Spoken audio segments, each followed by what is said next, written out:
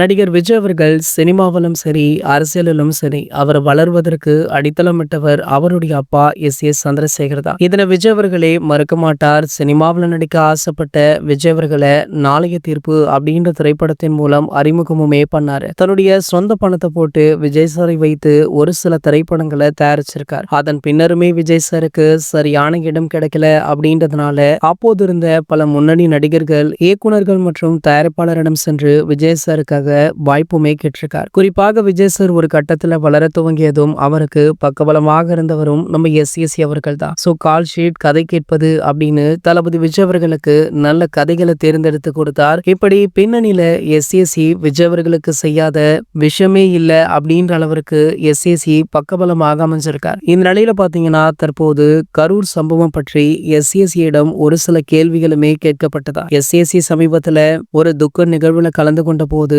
அப்போது பத்திரிகையாளர்கள் இந்த கேள்வியை கேட்டிருக்காங்க. அதற்கு அவர், என்னுடைய மகன் மன வருத்தத்தில் இருக்கிறார், சரியாக சாப்பிடுவதோ தூங்குவதோ கிடையாது, இந்த இடத்தில் இந்த கேள்வி எல்லாம் வேண்டாமே அப்படின்னு சொல்லி பத்திரிகையாளர்களை மறுத்திருக்காரு. இதனடுத்து பாத்தீங்கன்னா தளபதி விஜய் அவர்களுக்கு ரசிகர்கள், தொண்டர்களை தாண்டி பல பிரபலங்களுமே ஆதரவளிச்சுட்டும் இருக்காங்களா. நேர்ல சென்று தளபதி விஜய் அவர்களுக்கு அவங்களுடைய ஆதரவை வெளிப்படுத்துவதாக எஸ் அவர்கள் மறைமுகமாகவுமே தெரிவிச்சிருக்கார். இது போன்ற செய்திகளை பற்றி நீங்க உடனே தெரிஞ்சுக்க நம்மளுடைய சேனலை மறக்காம சப்ஸ்கிரைப் பண்ணிக்கோங்க.